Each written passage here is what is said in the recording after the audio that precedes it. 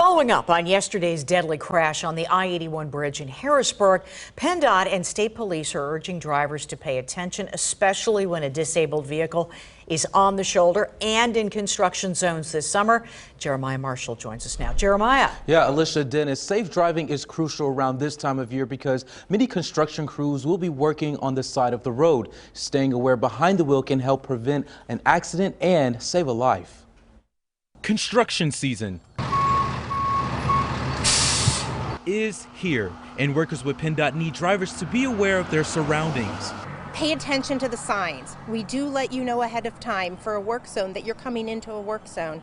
So the biggest thing really is pay attention. Drivers must follow the move over law. It's not just you on the road, it is millions of other people too. The law states when approaching an emergency area to move over a lane further away. You are to slow down and to move over to the next available lane. Basically give them space to work. But they don't have an office like we do. Their office is the side of the road.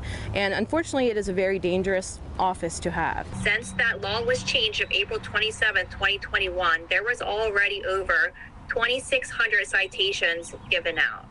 Workers with AAA say as construction crews take care of the roads, drivers must look out and take care of them. Literally, their lives are on our shoulders as a driver. Because careless and distracted driving can lead to deadly consequences. It's really sad to see the death toll go up on the side of Pennsylvania roadways.